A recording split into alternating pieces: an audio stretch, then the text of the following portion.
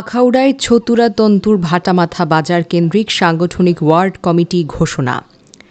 বাংলাদেশ জামাতে ইসলামীর আখাউড়া উপজেলার ধরখার ইউনিয়নের ছতুরা তন্তর ভাটামাখা বাজার কেন্দ্রিক সাংগঠনিক ওয়ার্ড কমিটি ঘোষণা করা হয়েছে। বাংলাদেশ জামাতে ইসলামী আখাউড়া উপজেলার আমির মোহাম্মদ ইকবাল হোসেন ভূঁইয়া কমিটি ঘোষণা করেন। কমিটিতে সভাপতি হিসেবে নির্বাচিত হন মোহাম্মদ শাহিন খান, সেক্রেটারি হিসেবে নির্বাচিত হন মোহাম্মদ তাফসির আহমেদ।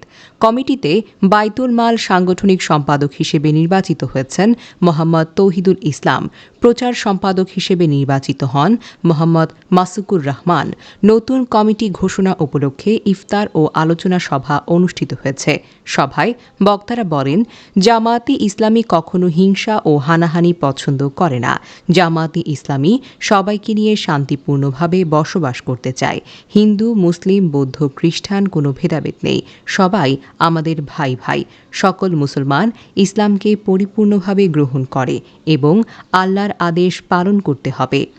নতুন কমিটির সদস্যদের সংগঠনের গঠনতন্ত্র অনুযায়ী সংগঠন পরিচালনা করতে বলা হয়। এ সময় সমৃদ্ধ ও ইনসাফপূর্ণ বাংলাদেশ গঠনের সার্বিক আলোচনা ও সকলের সহযোগিতা কামনা করেন বক্তারা।